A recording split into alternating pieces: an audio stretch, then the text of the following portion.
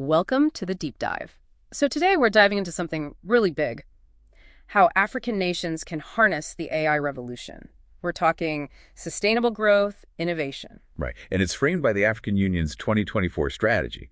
The potential uplift is, well, huge, maybe $1.5 trillion economically by 2030. And that's powered by an incredibly young population, right? Over 1.5 billion people. It's a massive opportunity. It really is. And we're looking closely at advice from CAISD, that's the Center for Artificial Intelligence and Sustainable Development, on how to actually get there. What's their main takeaway? The big message is no generic blueprints. Policies have got to be context specific. What works in one place won't necessarily work in another. That context piece is critical, especially with connectivity. I saw a stat, only about 28% of Africans online compared to 68% globally. Exactly. That changes everything. You can't just assume cloud infrastructure is readily available everywhere. Policy needs to think about decentralized models, edge computing, right from the start. So where do you even begin? What's step one, according to CAISD? It starts with a really comprehensive audit, a status quo check. What assets does a nation actually have? Like Kenya's tech hubs, maybe? Yeah. Or Nigeria's fintech sector? Precisely. You map those strengths against the gaps. Limited broadband is a common one. Ghana's strategy is interesting here. They're tying AI into existing digital plans, like e-governance, for continuity. Okay, but tech moves so fast and governments change. How do you build policies that last, that are resilient? That's a major challenge. Yeah. The research points to South Africa's approach, particularly the CSIR model. CSIR, that's the Council for Scientific and Industrial Research. How does that work to create stability? Yes, that's the one. Their model uses a steering committee that's broader than just government. It includes industry, civil society. Well, so it's not just tied to one administration. Right. The idea is to keep the momentum going, to insulate the long-term AI strategy from, the electoral cycle. It helps avoid starting over every few years. That makes a lot of sense. If you're building for the long term, you need time. What kind of timeline does the research suggest for actually creating these policies? Well, it's not quick, and that's deliberate. They suggest a phased approach.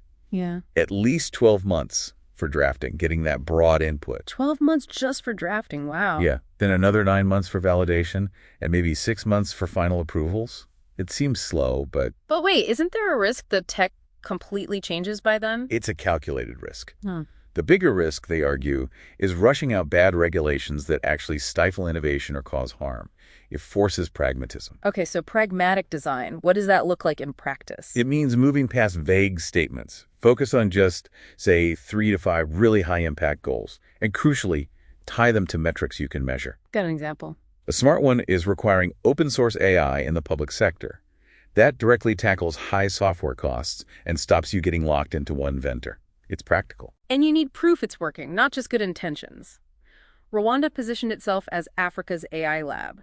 Did they back that up with numbers? They absolutely did. Hard targets, like granting 10,000 AI practitioners by 2030.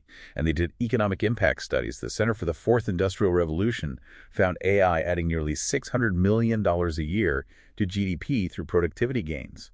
That's real accountability. To get that kind of result, you need everyone on board, don't you? How do you get that buy-in, especially if people are worried about AI? That's key. You have to counter the fear narrative. Frame AI as an economic multiplier.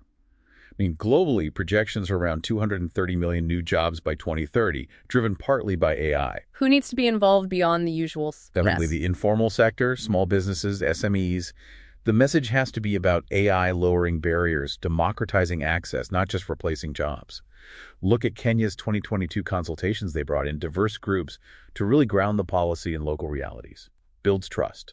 Okay, so pulling this together, what does this really mean for you, our listener? It sounds like success isn't just about tech or money. Not at all. It fundamentally hinges on capacity. Human capacity. The research really stresses this. Policymakers, citizens, everyone needs a basic understanding of AI literacy. Why is that so crucial? To navigate the governance effectively, and to manage expectations, avoid both the hype and the unfounded fears. If people understand it, they can shape it.